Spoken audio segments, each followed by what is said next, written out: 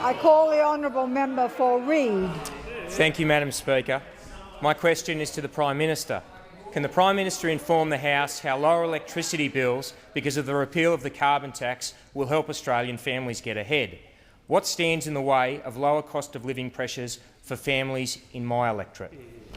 I call the honourable Prime Minister. Well, thank you, Madam Speaker, and I do thank the member for Reid for his question. I welcome him to the House and I congratulate him on the really warm and genial and generous maiden speech that he made earlier in the week.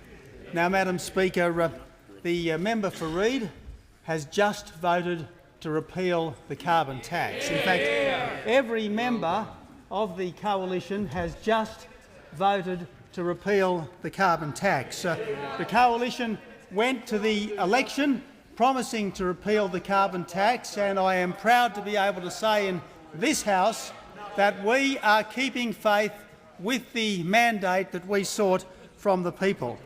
By contrast, Madam Speaker, every single member of the Labor Party has just voted to keep the carbon tax. That's what every single member opposite has just done. They said before the 2010 election that there would never be a carbon tax. They said before the election a couple of months ago that the carbon tax had been terminated, and yet this tax, which they say has been terminated, they have just voted to keep. That's what members opposite have done. A point of order from the member for Kennedy. Jastically endorse what the Prime Minister is saying, but I'd like him to include me as a person that voted against it, please. There is no point of order, and the member for Kennedy wouldn't want to try that one again.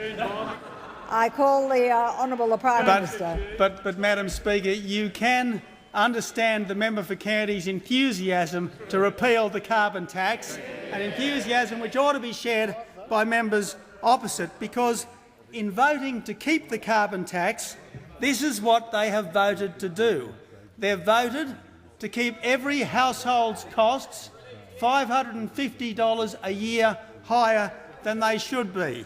They've voted to keep domestically produced cars $400 more expensive than they should be. They've voted to keep gas bills $70 a year higher than they should be. They've voted to cut our aluminium production by 60% by 2050, to cut our iron and steel production by 20% by 2050. They've voted to cut our gross domestic product by $1 trillion by 2050.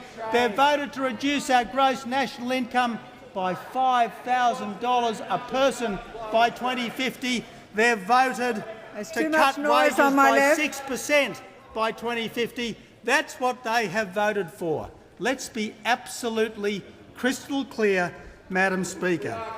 Every family's electricity bill is $200 a year higher thanks to that bill over there. That's what they voted for.